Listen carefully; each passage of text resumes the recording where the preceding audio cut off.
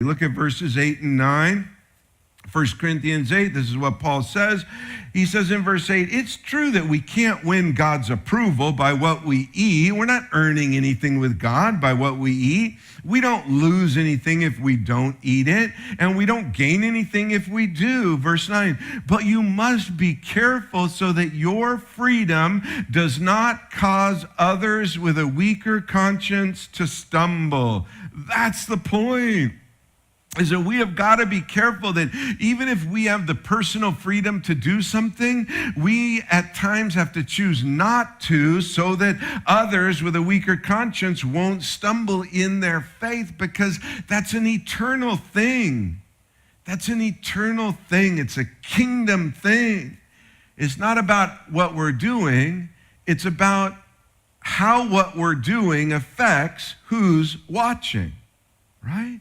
It's about how what we're doing affects who's watching. Look in verse 10, 1 Corinthians 8. For if others see you, they're watching, other believers, if they see you with your, here's the quotes again, superior knowledge, with your superior knowledge, if they see you eating in the temple of an idol, won't they be encouraged to violate their conscience by eating food that has been offered to an idol? I think it's interesting that Paul uses a restaurant that is in the temple of an idol. I did happen to read during my prep time of a restaurant in Rome that is built within a temple and still has the altar in the original pagan temple there, and they use it as a decoration focal point.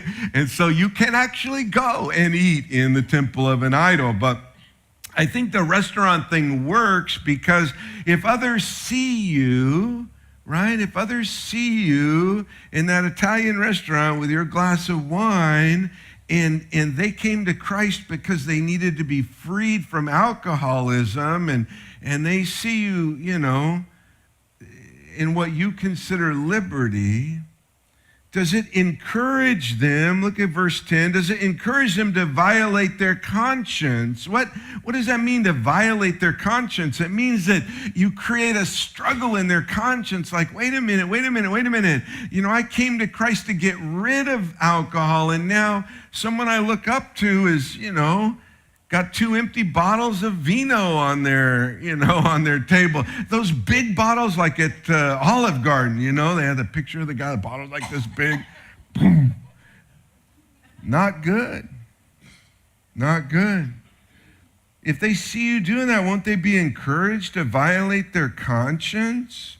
If we think that we have superior knowledge, and I'm not just talking about alcohol is just such an easy example. If we think we have superior knowledge on an issue, and that knowledge gives us freedom to do what we think we can do, the knowledge can't be our final say. We can't say, look, for me, this is fine. I'm good with this. We can't say that. Our love for our fellow believers has to be the final say. And we have to say, yeah, I can do that, but how's it going to affect someone else? How's it going to affect someone in church, someone that I'm following the Lord with, someone I'm discipling, or I'm setting an example of being a Christ follower to? Our love and concern for our fellow believers must be the final answer in our actions.